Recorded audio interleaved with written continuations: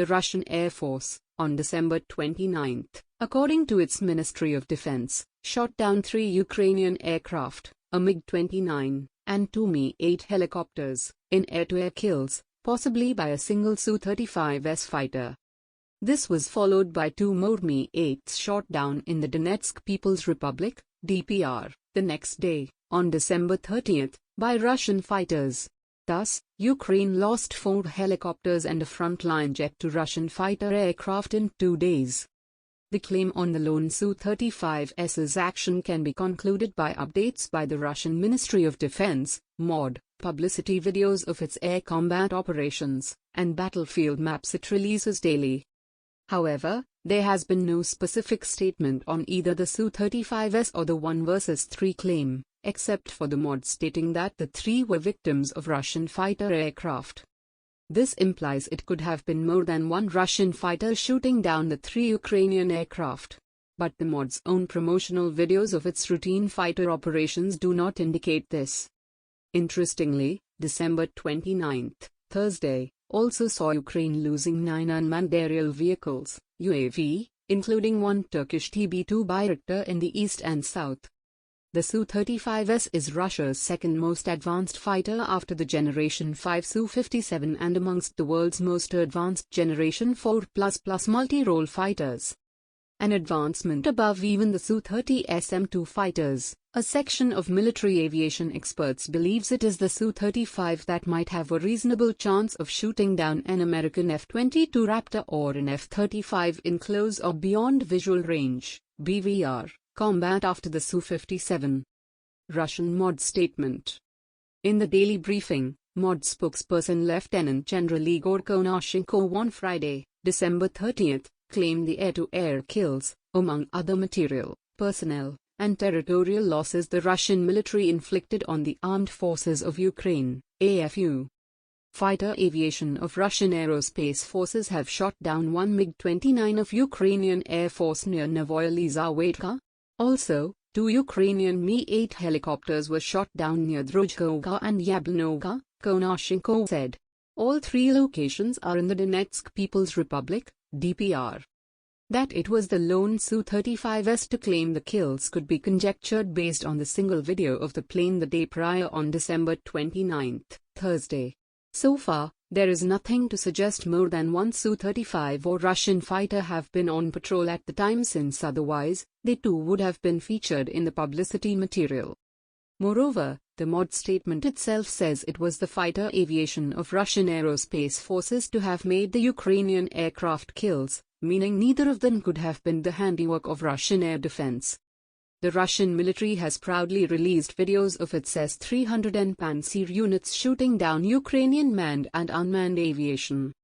Su-35S sortie video. A few hours before the briefing, the MOD had released a video of a Su-35S sortie. The video showed the plane taxiing, possibly before takeoff, cutting to the cockpit and wing-mounted GoPro camera views of the flight, and then landing back. The video surprisingly did not show any heads-up display, HUD, readings or missile firing views from the HUD, unlike previous publicity material of combat aircraft sorties. Before the takeoff, the plane is carrying a classic loadout of air-to-air missiles for air dominance missions, including 4 Ra-77-1 Beyond Visual Range, BVR, air-to-air missiles, arms, 2 on the under-fuselage pylons and 2 on the under-intake pylons, and 2 short-range R-73s arm on under-wing pylons. Puzzlingly, shots from the camera attached to the left wing also showed a Kh-31 anti-radiation missile during the flight, but not in the bit where the jet is taxiing before taking off, discussed subsequently. The video then only shows clips from inside the cockpit and cameras attached to the plane's body before it lands back by opening its brake parachute. The MOD statement attached to this video said, crews of Su-35S multi-purpose fighters conduct air patrol, as well as support assault aviation airplanes and Army aviation helicopters while launching strikes at the military facilities and hardware of the armed forces of Ukraine. The Su-35S crew identified an air target within one of the flights, identified it as an enemy airplane, and destroyed it with missiles. The information refers to only a singular target that the Su-35 identifies. Could this be the Russian jet that shot down the MiG-29 and Mi-8s? For one, no other promotional videos of fighter aviation were released by the mod on or before December 30th. Secondly, while the Su-35S is shown landing towards the end of the clip, it is missing one R-73 short-range arm from the right underwing pylon and one R-77-1 BVR arm from the right under-intake pylon. This, therefore, indicates that Ukrainian MiG-29 and Mi-8 helicopters claimed in the mod briefing are the very victims of the Su-35S featured in the promotional video. Russia TV, RT, reported within a few minutes of the mod press release on December 30th, Friday, quoting its statement of the MiG-29 and Mi-8 loss. A MiG-29 aircraft of the Armed Forces of Ukraine was shot down near the village of Novoyelizavetovka in the DPR. 2 Ukrainian Mi-8 helicopters were shot down in the areas of the settlements of Druzhkovka and Yablonovka of the DPR, RT attributed the information to the mod. Moreover, maps released by the mod show one of their Mi-8 shooting downs at Druzhkovka, just 30 kilometers north of Yablonovka, where the other Mi-8 was hit. Novoyelizavetovka is roughly 60 kilometers south of Yablonovka. The Su-35S's Aerospace passive radar can track targets up to 350 kilometers, while the R-77-1 and R-73 have 110 kilometers and 40 kilometers, respectively. Thus, on a regular patrol, the Russian pilot must have detected and tracked the 3 targets and fired his R-77s and R-73s before turning back.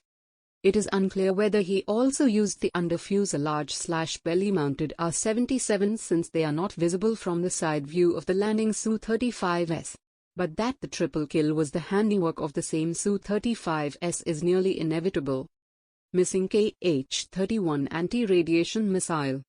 The major inconsistency that stands out, nevertheless, is why was the Kh-31 arm not seen on the Su-35S at the beginning of the video when it is taxiing and suddenly appears mid-flight?